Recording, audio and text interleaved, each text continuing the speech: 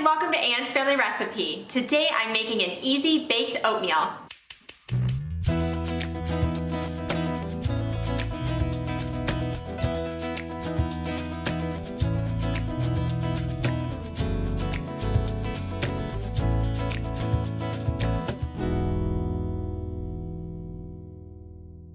My mom recently made this recipe for us when we were visiting, and it was such a hit with all of my kids and with me and my husband, so it was definitely something I wanted to get the recipe for. This recipe is perfect for entertaining because you can double or triple it to feed a crowd. It's so easy to throw together, and it doesn't take too long to bake either. So let me show you how I make my mom's baked oatmeal.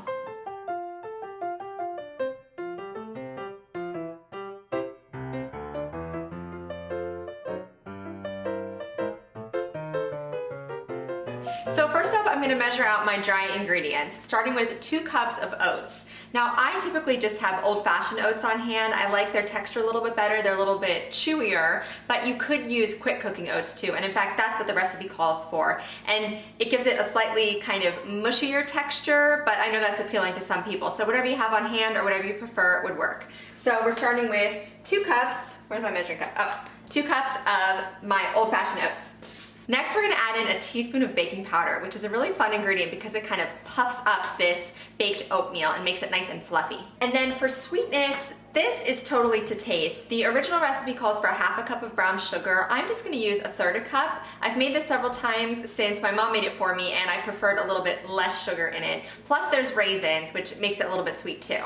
So we'll measure out the brown sugar. I'm going to do 1/3 cup of that, and then I'm also going to do 1/3 cup of raisins. My raisins are kind of dry. I don't know if that ever happens to you. Sometimes I buy a canister of raisins and they're nice and kind of juicy and plump, and these are kind of dry. I mean, it's a dried fruit, but they're a little bit like chewier and just drier, tougher, I guess you could say. But they work perfectly in a dish like this, where they're kind of getting reconstituted by all the moisture in the oatmeal. So they'll end up being nice and plump in the finished product. Okay, so those are the dry ingredients. I'm just going to kind of whisk these together with a fork, mostly to break up that brown sugar, and then we'll work on the wet ingredients. I measured out 2 tablespoons of unsalted butter, and I'm gonna melt that in the microwave. Next up are the wet ingredients. So I'm using a liquid measuring cup, and I'm starting with 1.5 cups of milk.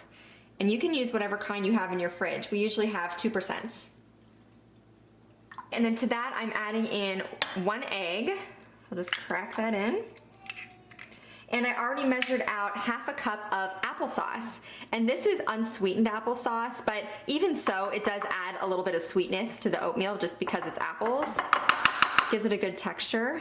It doesn't really taste apple-y, but I think it's a really good addition. I like that. I'm gonna whisk that together just with my fork again. Particularly, ooh, I have to be careful here, it's kind of full. That's pretty typical. I usually don't get a container that's big enough for all my ingredients, but you wanna break up that egg so that it is evenly distributed among all of the oats. I'll just whisk that a little bit more. The last thing I'm adding in is the 2 tablespoons of melted butter. So that doesn't really have to be whisked in too much, but that's all the wet ingredients, just like that. And then we'll bring the dry back over here and pour this in. Then I'll just stir that together to incorporate it.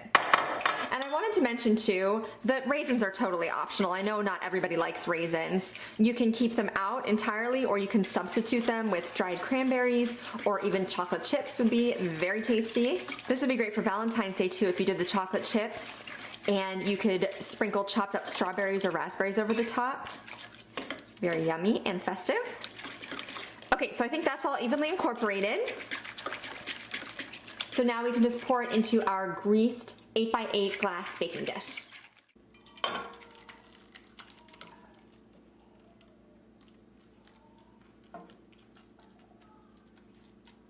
Okay, so my baked oats are ready to go. They're baking at 375 degrees for about 20 minutes. You might have to go a little bit longer than that because you want to make sure that the whole mixture is set all the way to the middle. You don't want any kind of runny eggs. You want everything to be cooked through, of course. So this is going into the oven.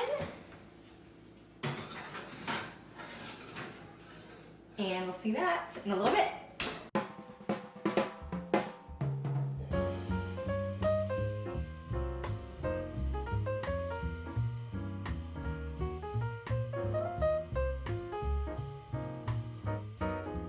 My baked oatmeal is done. It took about 25 minutes in my oven until it was completely cooked through and set in the middle. And I'm actually going to allow this to cool completely because I'm making this on a Sunday afternoon and I'm going to serve it to my kids for breakfast before school tomorrow. So I can just reheat it either in the whole pan in the microwave, I could pop it back in the oven, or I can even just scoop out individual servings because we probably wouldn't eat all of this in one morning. In any case, you do want to let it cool for at least 5 to 10 minutes before you serve it, just to help it kind of firm up and set, and also just so you don't burn your mouth. I will serve a little bit of it up now just to show you exactly how I like to eat it.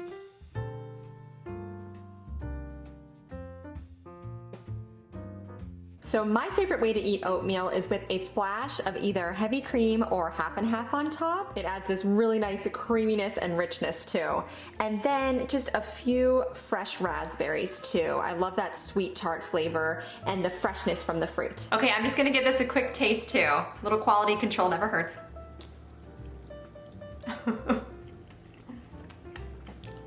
In my opinion, I think a 1/3 cup of sugar is plenty. You've got the sweetness from the raisins, that sweetness from the applesauce. It's a great texture. I like the extra chew from those old-fashioned oats. It's very, very good. And it's nice and filling too. I like a hearty, warm breakfast, especially this time of year. It's really tasty. Don't forget to subscribe to my channel, follow me on Instagram at Ann's Family Recipe, and give this video a thumbs up if you liked my mom's baked oatmeal recipe today. Thank you so much for joining me here in my kitchen, and I'll see you again soon with more family recipes.